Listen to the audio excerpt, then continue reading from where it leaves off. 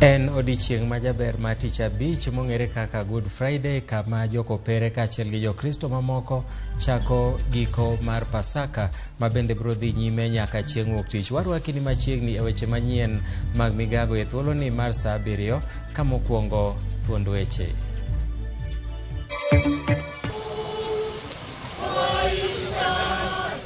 Jokristo hingo tich abich maler motelo ne nyasi mar Pasaka. We have been given the divine gift of an opportunity to set things right and to get the country going at the right pace. Jatend piny Kenya William Ruto ojiwo jo Kenya mondo hore kendo bede achiel e kinde mag Pasaka mar jiwo dongruok ma pacho ka. Johala kod jotugo ni e nyasi mar Fish Fiesta mageto lando mwandu mag nam lolwe pacho ka nyaka e pinje maoko.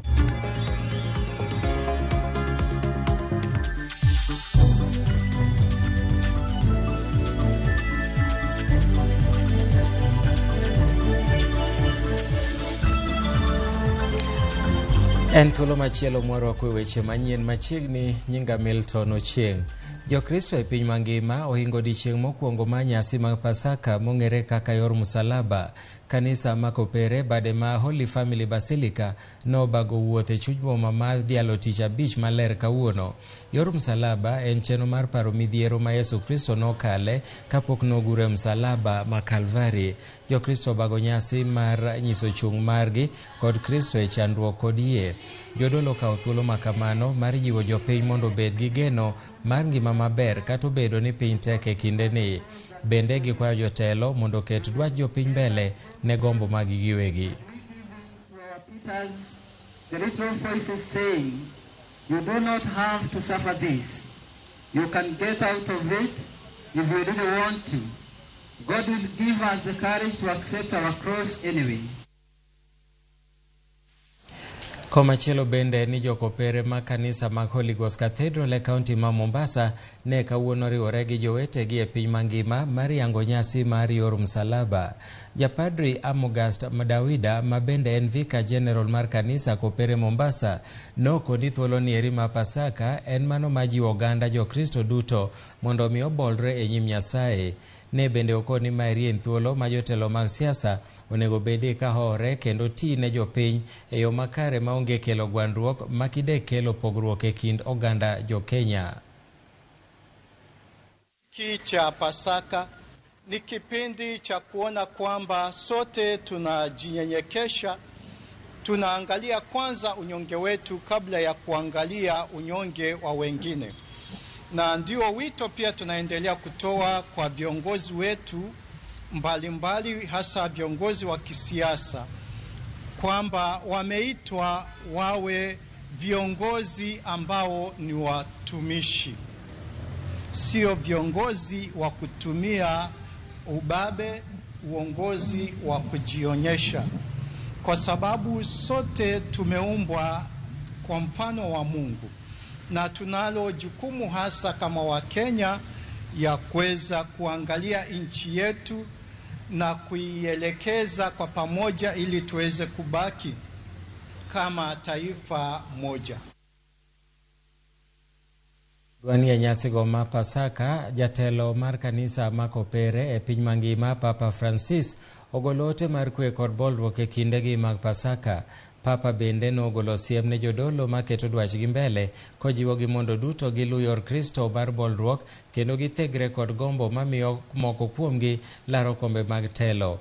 Okwayo jodolo mondo nyis picha makare ne jokristo kendo oyo jokanisa mana kuom tim maber. Bende osiemo pate moko mosebeta nyamakara kod tij dolo ka tiendgi moko to luwo yore mag richo. Papa nowacho ne jodolo mondo migirit yor dimbruok mar dolo moloyo keto gombo magi mbele. Papa Francis ne loso e kinde manotelo ne jodolo mamoko 1,800 e misa majiwo kendo medo chiwore ne luong mar dolo.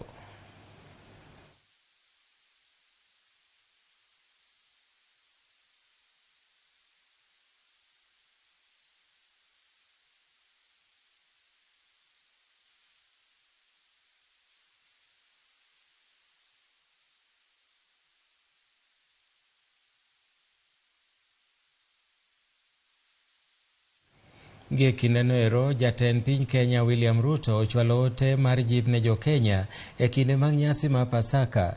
Ruto nosingo ni piny owacho mare ochung' motegno mar chopo kare singo mage duto, kata odoko ni midhiero oseneno e kinde mokalo korka weche mag mulo ochumi kod ngima jo Kenya. Ojiwo jo Kenya mondo mi omed bedo kod geno. Of Kenya and all our friends throughout the world. It is Easter, a holy period when we solemnly commemorate an extraordinarily intense moment in Christianity. Kenya has, over the recent past, endured its share of difficulties and struggles. Weakened economic growth, depleted resources, debt, and drought amidst political disagreement. Nevertheless, we have been given the divine gift of an opportunity to set things right and to get the country going at the right pace, in the right direction. I invite all Kenyans and all our friends throughout the world to join Christians in celebrating this eternal assurance of hope. God bless you all and blessed Easter.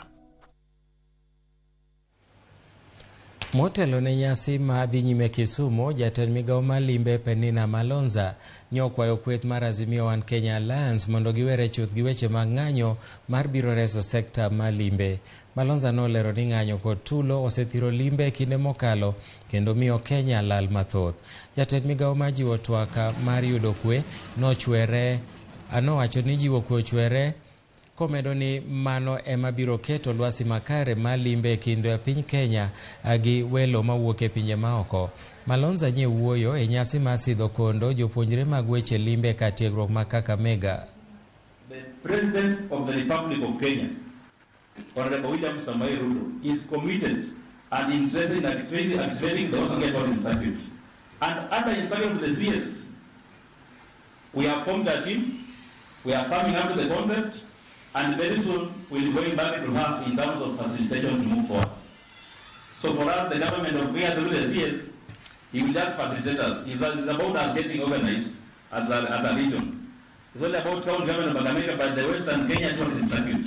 I know Kakamega county residents and the county government of Kakamega is against the sale. So I'm encouraged and committed, and I believe it will not be solved. We have every reason to say no to what was happening 2 weeks ago.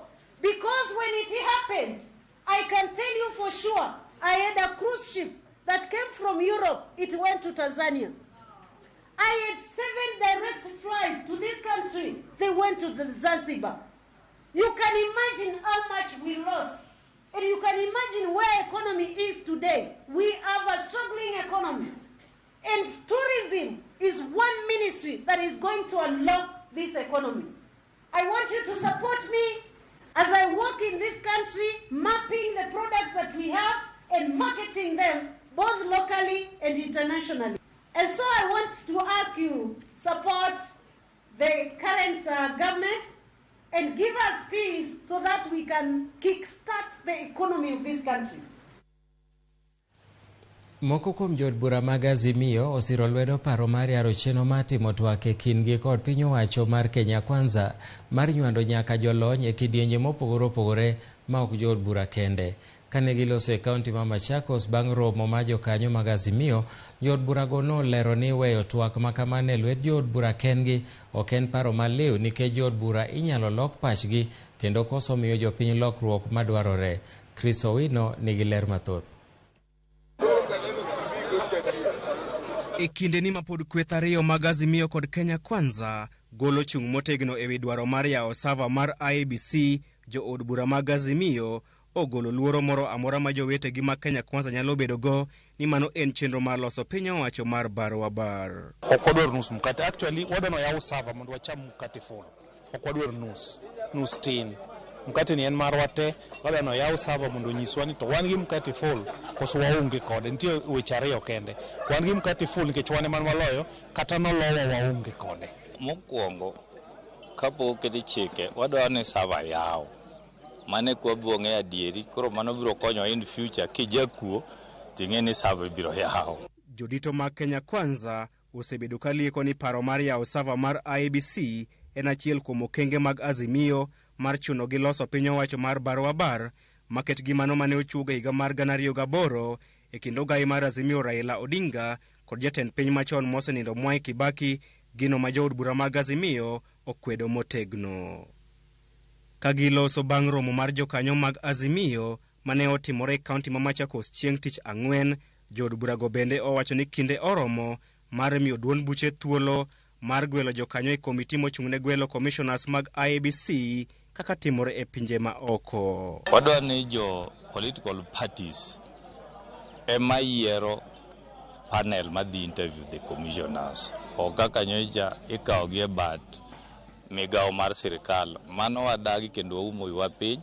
King'iyo pinje ma oko iwacho ni joma yiero commissioners mag IEBC gin jok mo ogwel gi parties mag siasa. In South Africa, offices malong'o emoketi magin permanent maka gitimo kosa to pod inyalo yudgi. Ne gikwedo weche mosebedo ka ifuong'o kod kweth mar Kenya Kwanza ni gibuto e tok pek mar ngima e pacho kae e chwalo ajenda margi mar siasa ka bende gisiro lwedo paro mar nywako jolony e twak madhi timore e kind kweth ariyogo. Omiyo nitie gik mwaketo machalo kaka duoko bech gik moko piny to yawo savano be waketo kanyo. To kapok giyie timo mana to koro romo moro mane waromo ma ratiro mar jopiny mwa consult go jopiny cha mano waneno ka pod dhi mbele nyaka chieng' moro weche mwatimogo giyiego ni kare ginyalo timo kaka sirikal.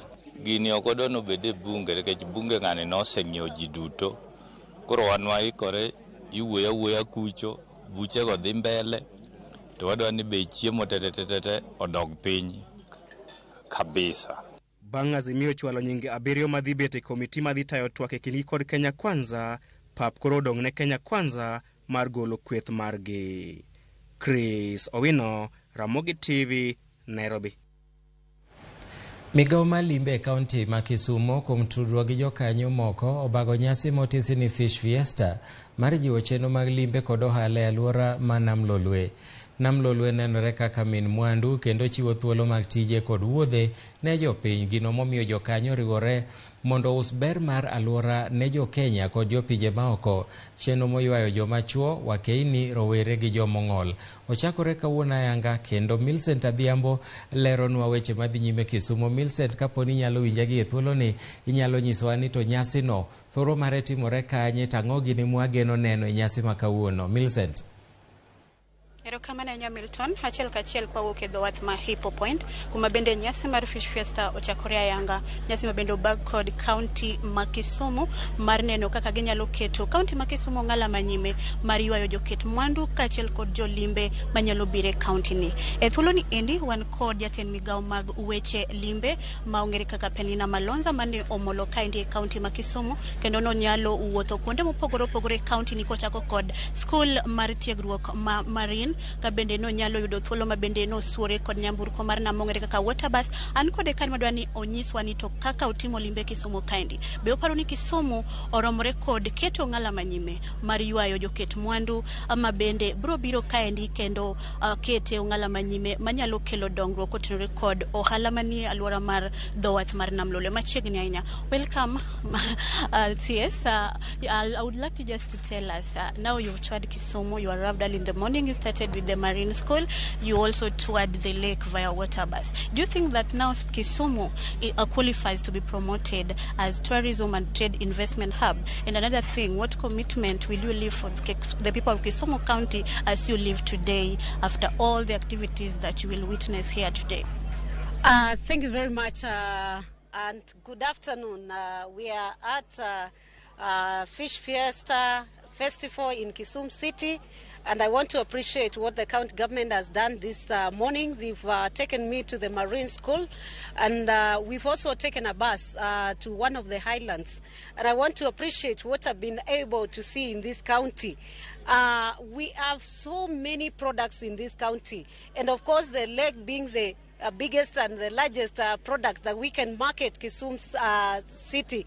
Of course, the Fish Fiesta is a beehive of activities running from Miss Tourism exhibitions and, runways to Mr. Strength, Mr. Flexi, to Fish Festival itself, which we usually refer to as gastronomy happening here, the foods, the cuisines, the drinks of Kisumu, the dances, and quite a number of activities that are happening. But we've just launched the boat racing that is happening right at the lake, and we hope at the end of it we'll have winners of the same game. There's quite a lot, and I want to tell Kenyans that Kisumu County is prepared. They have quite a number of products that we want to market. As I experienced the water bus, I think it's high time for Kisumu now to connect us with Uganda and with Rwanda through the water bus, which is one product that we're looking forward for.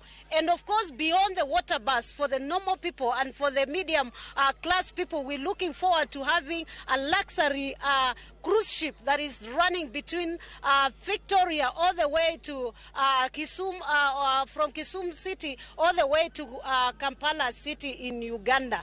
What this means is that we're going to have tourists flowing in Kisumu from Uganda, from Rwanda, and we want to open this western circuit. Of course, there's quite a lot in this county, starting with the Impala Sanctuary, the Deer Reserve in this county, the Kitimikai, and we are expanding in terms of the tourism products that we have. We're going to gastronomy, which we are having today. We're going to agro-tourism, and we know Kisumu can fit. Agro-tourism is basically agriculture tourism, where the tourists can visit our plantation, aero, rice growing area, and they experience the agro-tourism that we have there. They see the processing, the farming of rice, the processing of it up to the final products. The other areas that we are going is water sports, and that's why we are doing boat racing today. And we will expand this even to diving, because I know at the school, the Marine School, there's also a diving school that is there. We want to explore this. And Kisumu stands at such a point and that county that we can explore. Remember, Kenya has been sold by beach and wildlife, what we call safari. But it's high time that we move also and expand that territory from the beaches, from the ocean, now to exploring the lake, beach, tourism, which we can do in Lake Victoria and the other lakes that we have in this country. And that is one product that we're going to market and explore. What I can say about Kisumu is that Kisumu is very ready. The county government is very cooperative. We have His Excellency, the Deputy Governor here, representing the Governor. We have the Minister of Trade and Tourism, who is very passionate. And I believe the Fish Fiesta is one of its kind. It was done the first time in 2018, and because of COVID, it went down. But today, in 2023, we see it bouncing back in a very big way. We've seen that the communities are very cooperative and they're excited about the whole thing, and I want to appreciate what Kisumu County is really doing. This means a lot in my Ministry of Tourism, and my work is to bring numbers. And you have seen that within the 5 months I've been in office, we've been able to boost the numbers by 600,000 tourists in this country, boosting that number from 870 to 1.4 million 887. And this is just within a very short term. I'm looking forward to boosting the numbers of Kenya in the next 2 to 3 years to 5.5 million. That means Mombasa will not be able to accommodate this 5 million. But Kisumu is another flow. We have now direct flights from here to Mombasa, and we have seen how many tourists are flowing, international tourists. I had a chat this morning with the Deputy Governor, and he has told me that there's quite a number of tourists who have come in. All I want to say is that we have seen a very cooperative county, and I want to thank the governor of this county. And I also want to call upon the people of Kisumu. As I give my whole life to promoting the Western Circuit, I want also you to maintain peace. We are very happy that we no longer have demonstration, and we want to thank your king man who agreed with the president of this nation that they're going to esteem peace in this country, and above all, build this country economically. And remember, the Kenya Kwanza manifesto and plan is to promote that small farmer, that small fisher, that lady or a man who has talent in the beauty and in the brain to come up. And this is exactly what we are doing. You can imagine if we are still in that era of last week, we will not be enjoying this. But I want to appreciate what the president has been able to do to reach over to our brother and our father, Raila Odinga, and come and bring peace in this nation. Thank you. Thank you so much. Bwana Diji, imbinyalo madongana matini kotero kwa nyasi makauono. And I think today I'll be speaking in a language that my guest can be able to understand. On behalf of the governor, Professor Peter Anyang', I warmly welcome to the county of Kisumu and to the city of Kisumu, Her Excellency, the Cabinet Secretary in charge of tourism. You all know that she was a deputy governor in the first phase of devolution. So karibu sana. Now, Kisumu is ready for investment. Kisumu is ready for tourism. Kisumu is ready for, everything that can make our people gain employment, can make our people, sell their wares, can make our people just, put some money in their pocket or put food on the table. Now, for that to happen, we need to, showcase Kisumu. And this particular festival that we are calling Fish Fiesta, we are hoping that it will be an annual event. And I want to thank the CSY because she is here with all stakeholders, everybody who matters in showcasing our country, in showcasing our city, so that we can be able to attract the investment that we so much need, so that we can be able to attract the tourists that we so much need. So from morning, we've been doing activities. We've seen what there is at the Marine School, as we've been told. We've been able to see right inside the lake the resource that we have, together with the investments in the highlands that they are in. Now here, we are also, appreciating the talent that Kisumu has. From what you can see, I think all the beautiful women, I think, come from Kisumu. All the handsome men, come from Kisumu. If you think about tug of war, if you think about those who can ride, boats and all that kind of thing, we have been doing this for the last few months, and the next 3 days is going to be the culmination, or basically what we call the grand finale of what is going on. Waziri, I know that there is we have, like in Lamu, the Lamu Cultural Festival. We are looking forward to also having something that can bring people to Kisumu. And we appreciate the fact that now we have direct flights from between here and Mombasa. Mombasa is basically the tourist destination of our country. But people don't want to see the same thing every day. That's why we are saying we need to have, packages that include Mombasa and up countries, so that they can be able to come and appreciate what the CS today has very meticulously enumerated, to all of us. So I want to ask the people of Kisumu to support what Governor Professor Peter Anyang', together with his team, are doing, so that we can actualize for our country. But there's something that is important that the CS has talked about today, regarding the peace that we enjoy, at least for the last 1 week or so. I know that we were planning this thing from 2 months ago, and we were very worried, Waziri, whether we're going to have this, happening. But I want to join you in thanking the president of this country, and of course the Right Honorable Raila Amolo Odinga, who we refer to as Baba, for giving us a chance, another chance as Kenyans, to sit around a table and discuss our issues together, so that we move out as one indivisible country. But allow me to say this also. I have seen in the past few days people strengthening their positions, especially those who are in Kenya Kwanza government. I want to request them from Kisumu that they need to give dialogue a chance. Kenya is for all of us. Kenya is one country that we would not like to lose. So we are looking forward to that time when we'll all agree and move forward as one country. So much. Mana kamano Milton kaka isewinjo kowuok kuom jatend migawo mar weche limbe kaachiel kod jalup gavana ma kaunti ma Kisumu Laktar Matthews Owili kolero maler kowacho ni gisani Kisumu oikore kendo girito joket mwandu kaachiel kod jolimbe. Guye thuolo ni endi tuke dhi nyime, tuke mopogore opogore ma bende oganda kolo godo were mopogore kowuok kuom rowere kaachiel kod mine kaachiel kod joma chuo. Tuke go ting'o lweny mag ywaruok kata tuk tol, oting'o piem mag yiedhi kaachiel kod tuke mopogore opogore. Nyasi ni en nyasi mochakre kawuono to bro dhi nyaka ndalo adek. Ka bende pod wabogo tach mondo wakelnu gi achiel kachiel gigo madhi timore odiochieng' ma kawuono. Nyasi ma kawuono dhi rumo nade kiny kod orucha. Erokamano ahinya kuom nyalo dhi nyime kod weche mamedo tucho e mesawa mar keweche mar Ramogi TV. Milton. Erokamano ahinya Millicent Adhiambo kaachiel kowuok e boma ma Kisumu. Nyako Ramogi en thuolo mano ma koro wakawo yweyo mokwongo, to kata kamano kapok wadhi e yweyo an gi ote achiel ka moa kuom spika mokwongo ma kaunti ma Homa Bay Samuel Ochilo. Owacho ni alot michayo kare matero kuon. Ayie ahinya gi jatend migawo mar limbe Penina Malonza. Mano ote mar Samuel Ochilo, wakili kanitiere kaunti ma Homa Bay. Nyako Ramogi kik idhi mabor, waduogo bang' thuolo machuok.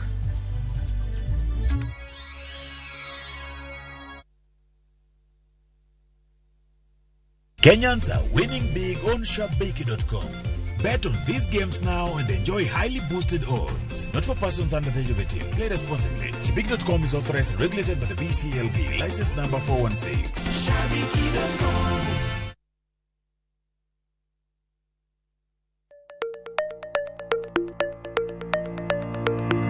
Nyakwa Ramogi. Be isegombo bedo gi mwandu. Wanyiew gik wa mondo yakawa gere. Kikideo, e chenro mar ohala gi mwandu, Ramogi TV koro kelo ni puonj makare kaka inyalo timo ohala malokre mwandu. Ting'e ni goyo ohala gi rito mwandu gin weche ariyo mopogore. Tich ang'wen ka tich ang'wen, saa 1:45 mar otieno, ka ikelo ni kod Lydia Okeyo. Kik bai.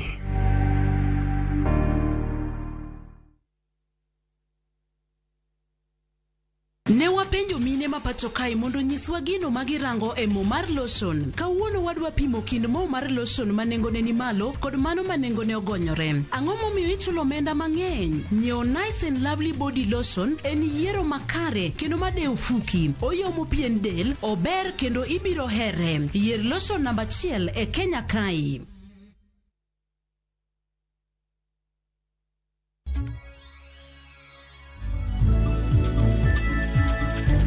Machiegni kendo chenro mag wuotho chacho e boma ma Nairobi bang' jowuoth moko rem yudo nyamburko machopogi e kuonde ma gidhie chamo nyasi mag Pasaka. E kuonde ng'ado otiko mag geche mantiere chuny boma ni ne wuodhi maboyo kaka ma Kisumu. Dhung'ruok mag jowuoth nomiyo moko kuomgi olewo chako safar margi kaluwore kod nok mar geche. Kuonde mamoko kwan ma jogo madhi e miere sach nyasi mag Pasaka ne odok piny kipimo gi higni mokalo.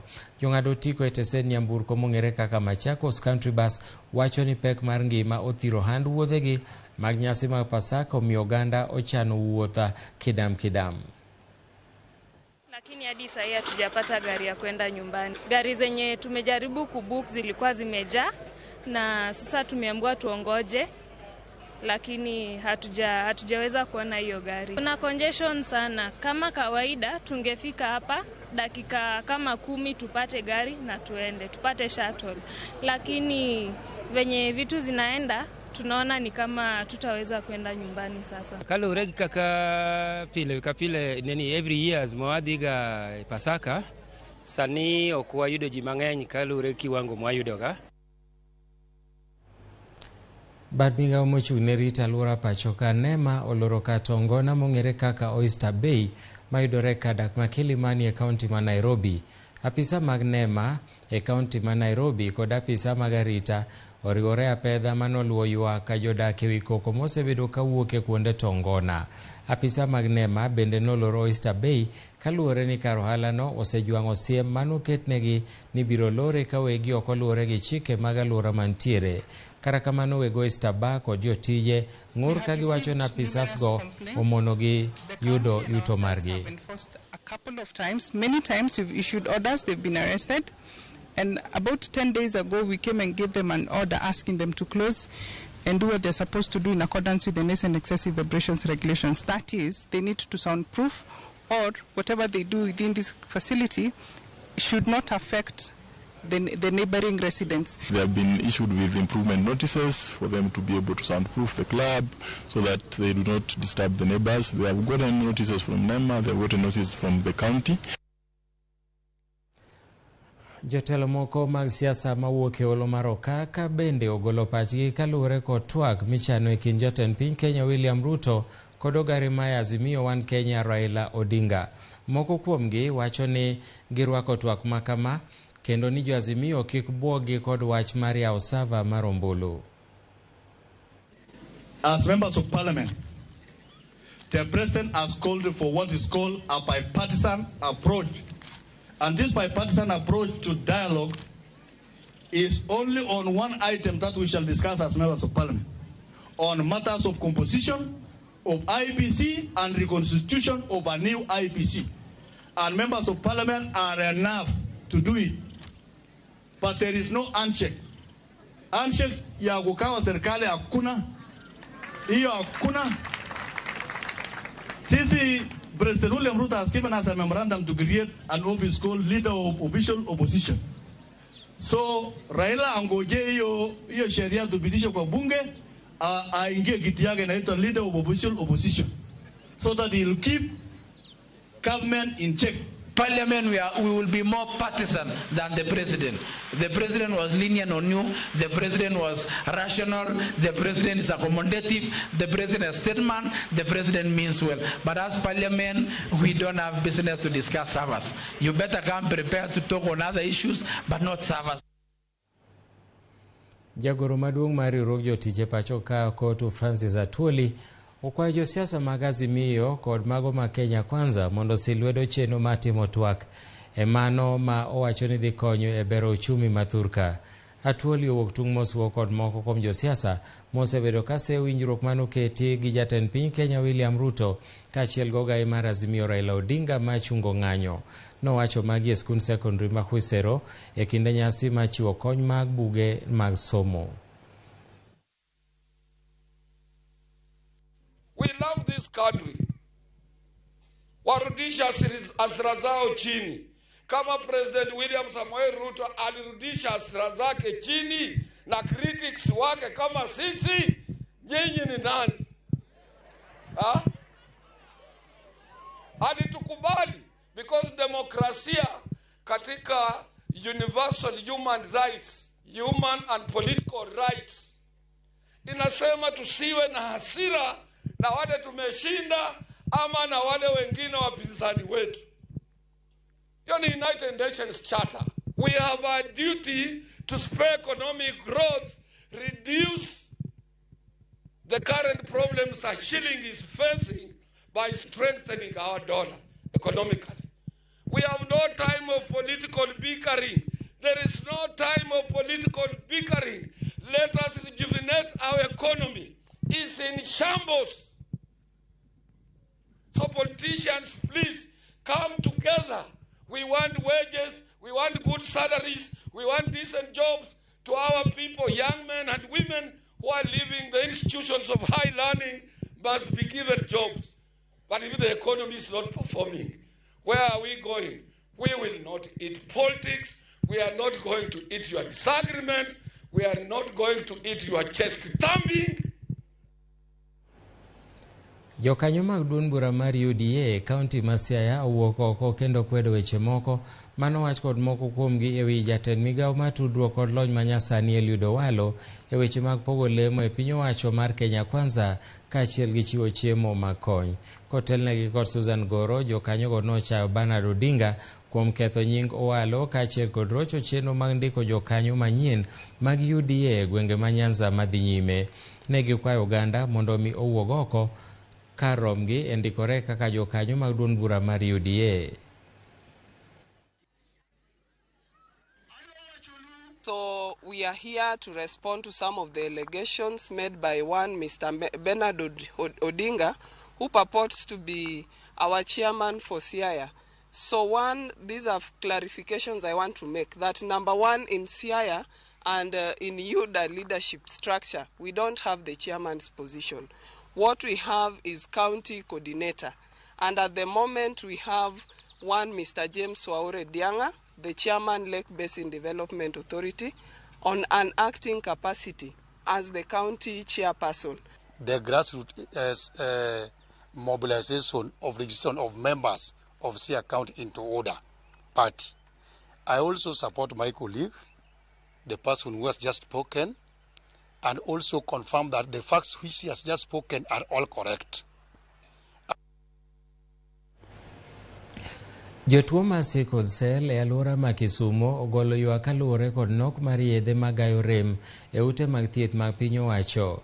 Giwacho ni en midhiero mosethiro thieth kuom dweche 3 kendo chunogi mondo mi ging'iew yedhe e dukni ma uso yedhego e nengo mamalo. Tuo mar sickle cell ng'eny e alwora ma Nam Lolwe, ka wachore ni nyithindo 12 kuom 100 inyuolo kod tuono. Pek ma tuono medo ting' ne jonyuol kod jorit, ka bende ma emomiyo jokanyo makedo ne jotuo sickle cell kwayo sirikal mondo mi oyar chenro mar keyo yedhego e counties go.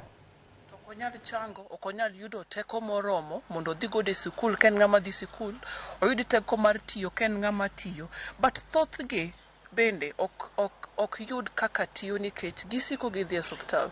To kata jok mandiko ji e tich bende kosefwenyo ni en gi sickle cell, a good number of them ok bi dwaro mondo obed kodi ka tich. Koro ineno ka koro ma en challenge maduong' ne jowa. Iyudo ka kidhi e dwe ni ok iyudogi, dwe machielo gionge. Koro ng'eny jok man gi sickle cell ok muony yedhegi pile pile, to nego bed ni gimuonyo yedhegi pile pile. To koso muonyo yath pile pile miyo walalo ngimawa. Kawuono watemo mondo urge government mondo okony jo sickle cell mondo wamed wane kaka wanyalo yudo yedhewa e seche mowinjore, nimar tuo ni en tuo moseweye gaming'a to medo hinyo ngima ji, sana nyithindo matindo. Komachielo en ni jopuonjre 12 mag sikund secondary ma St. Peters Mumias medo yudo thieth e osiptal ma St. Mary's Mumias kaluwore gi tuo mar malaria. Japuonj maduong' e skulno Crispinus Owino olero ni jopuonjre 17 noyud kod malaria to moko 5 osethiedhi kendo dok e skul. Owacho ni chal mar jopuonjre ok rach mamono chenro mag somo dhi mbele kendo ni gionge paro mar loro skulno.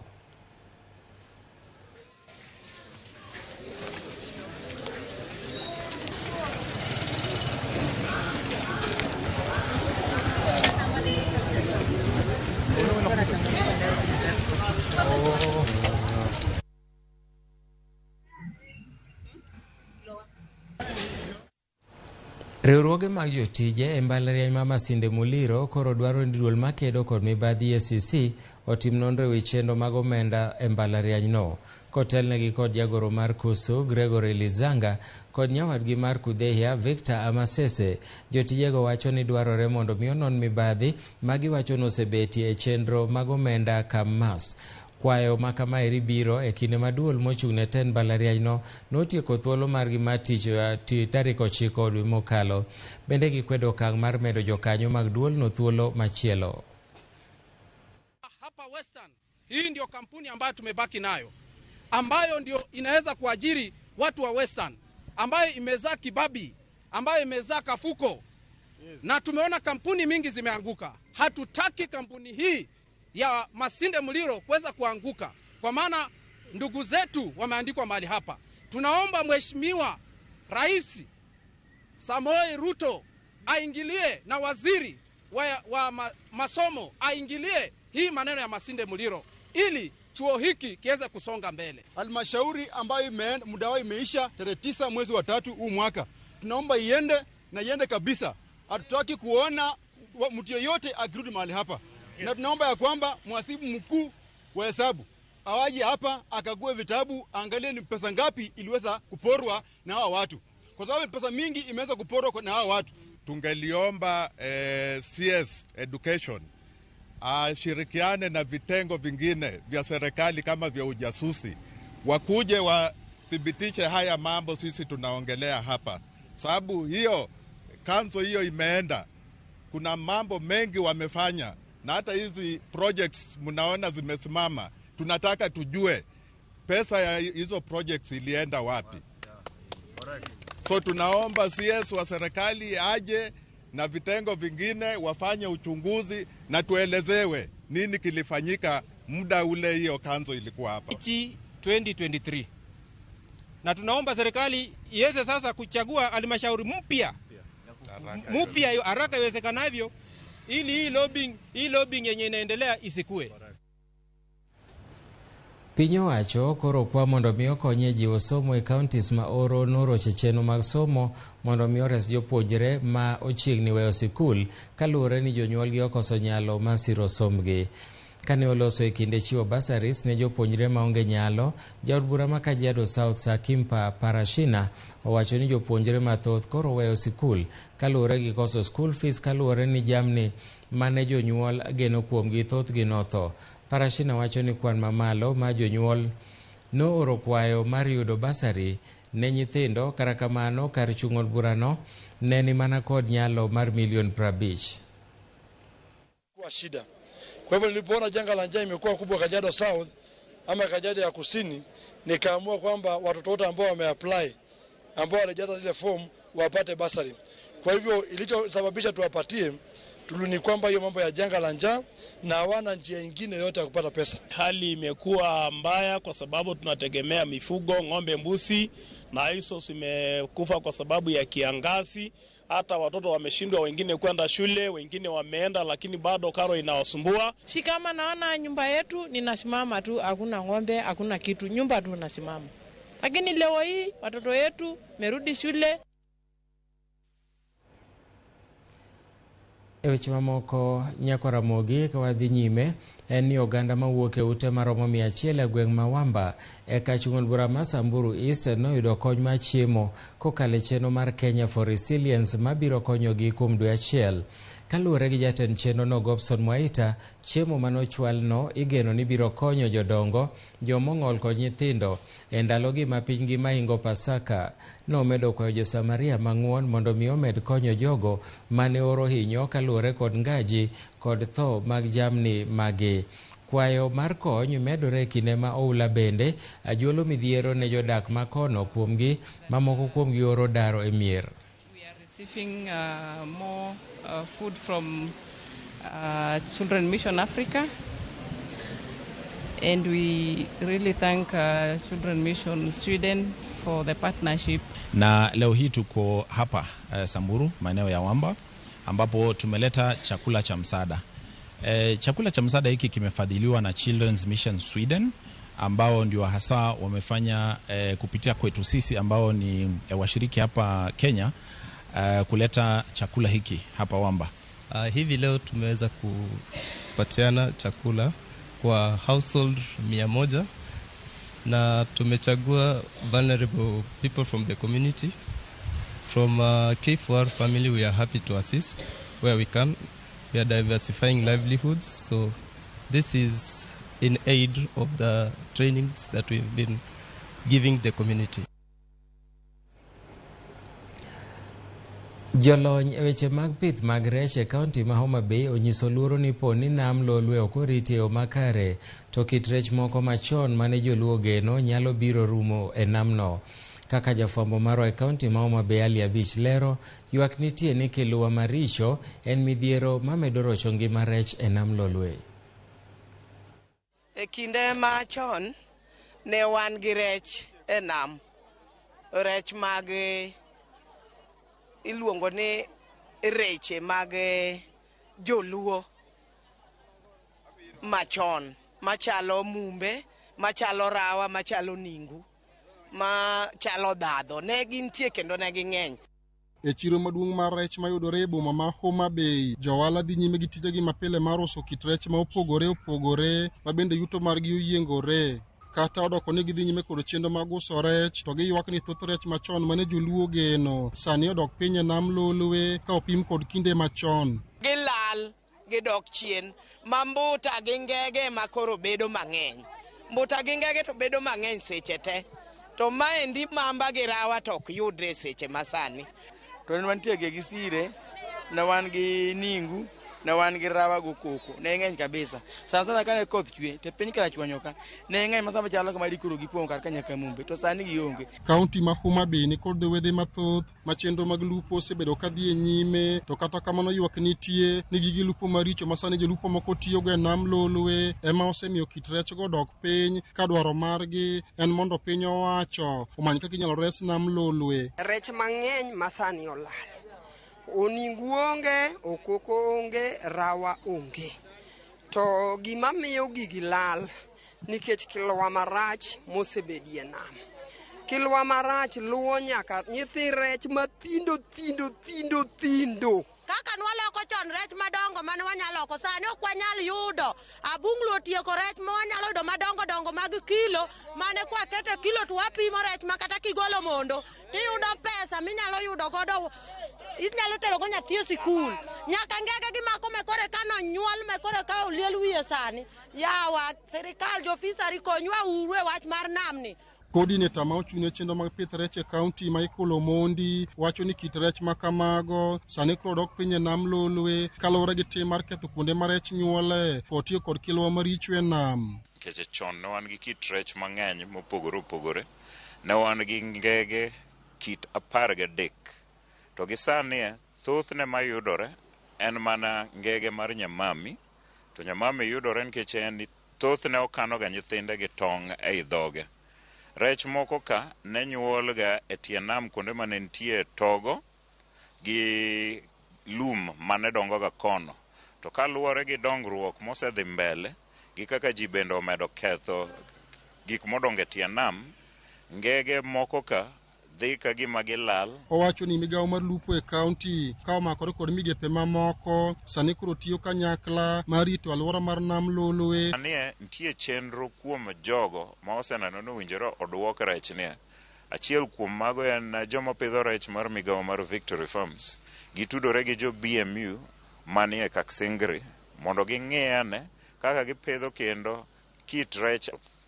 Muga Fish Farm bende waneno ka temo pidho ningu mondo ng'e ane konyalo duoko gi e aora mondo gichop ka gichop e nam kendo. Alia Beach, Ramogi TV, Homa Bay. Kido mar kungo e kind yore mapiko matiyo Ruiru e kaunti ma Kiambu koro miyo jo apiko go chako ng'iewo lope magero utegi.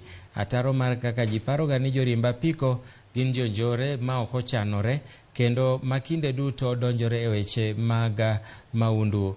E kungo ma siling 50 pile ka pile, jo apiko go ng'iewo lo eka 5 ma gigeno mar pogo e kidienje e gwenge mopogore opogore mondo mi gigere ute magidakie. E bwo mabul mar Ruiru Boda Boda Association, jo apiko go ma kwan gi gin 200 oseketo kinda mar thegore gi dhier. Jakom mar riwruogno Lawrence Kariuki wacho ni apiko go nochako kungo e kinde mokalo ka midhusi mar korona nochakore. Kwa soko tuingie katika vikundi na vile vile katika zile vikundi utafaidika na pesa ya serikali, kwa sababu unajua kuna pesa za serikali na pesa za serikali zinapatiwa kwa vikundi.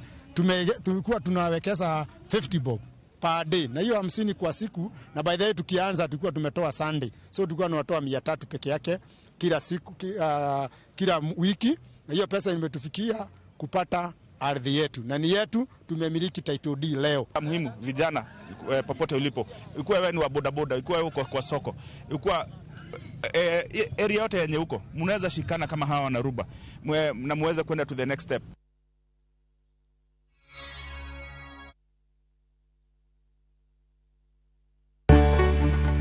Duondgi osetir kendo ok winj motegno. E Ramogi TV wating'o duondgi, wabedo gi twak gi nyionagi mung'eyo kendo yango mapok ung'eyo. Tijegi, lony margi, kanyakla kod ngima gi duto wamenyo ni kendo wakelo ni e chenro mar mine wacho. Sane nyalo dok dala ni koro na divorce na dhi dala. Okadogi. Sani koro okan mana politician. Koro anje tich. Kamano bende, wamenyo ni miyo motimo maber juma ka juma, kaka Phoebe Asio, Charity Ngilu, Jael Mbogo, Wamboi Otieno, Mudhoni wa Kirima, e kind mamoko e chenro mar miyo mar juma. Inyalo bedo miyo manigi sigana mapoko meny, kikibajigoi, tudi koda Jaelieta, ngeso kangeso, Sadeko Tieno, emine wacho.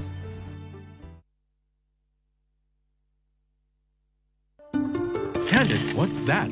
I brought you a small bonus. Bonus for what? You got us 299 family dinners, 64 kisses on the cheeks, 12 road trips to see grandma, 42 jokes from daddy, 49 laughs from mommy. In over 60 years of dealing with numbers, we've learned that the numbers that matter the most to you are the ones that matter the most to us. NCBA Bank. Go for it.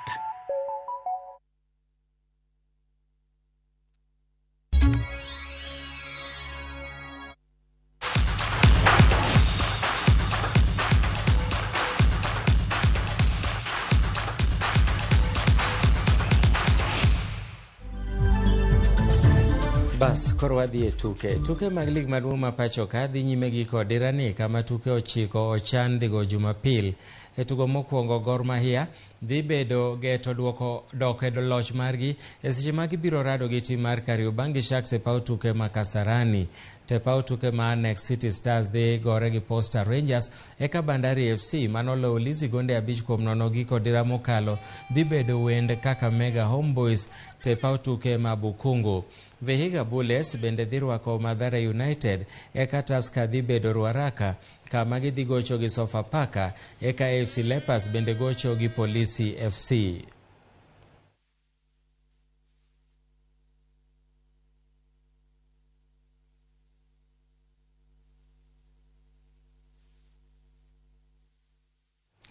Manen japuonj maduong' mar Harambee Stars Jacob Ghost Mulee osekawo tich kaka japuonj manyien mar tim mar mine mar Gaspo. Sani koro Mulee dhi bedo japuonj mar tim ne Roma bende manyo simbo margi mokwongo mar lig maduong' mar mine Thurka. Sani gin gi point 31 maromre gi joloch Vihiga Queens ka gidong' gi tuke 8 kende to lig rumo. Gaspo biro gocho gi Zetex Sparks e tugo margi mabiro, kendo Mulee nigi geno ni gidhi timo maber e tukego.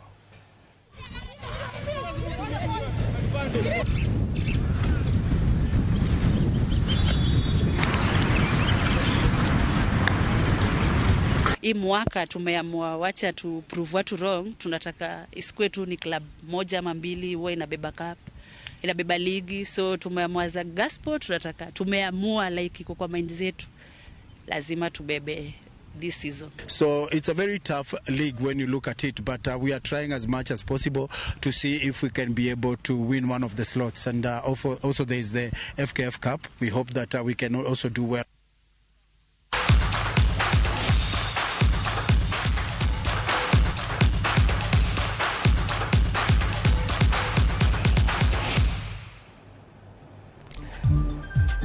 Ramogi ne en mor mara mar kelo ni weche manyien mag Migago odichenieri mar yor musalaba. Karuoth oriti wan bedo ritowa ang'wan achakwarom kendo e weche manyien masa achiel odhiambo kama Ramogi TV bro kelo ni weche manyien mag ang'ich welo kendo saa 3 weche manyien mag oimore. Ka kamano takwayo ni Good Friday majaber gi Pasaka modimbore. Nyinga Milton Ochieng, bed godichieng' mokwe.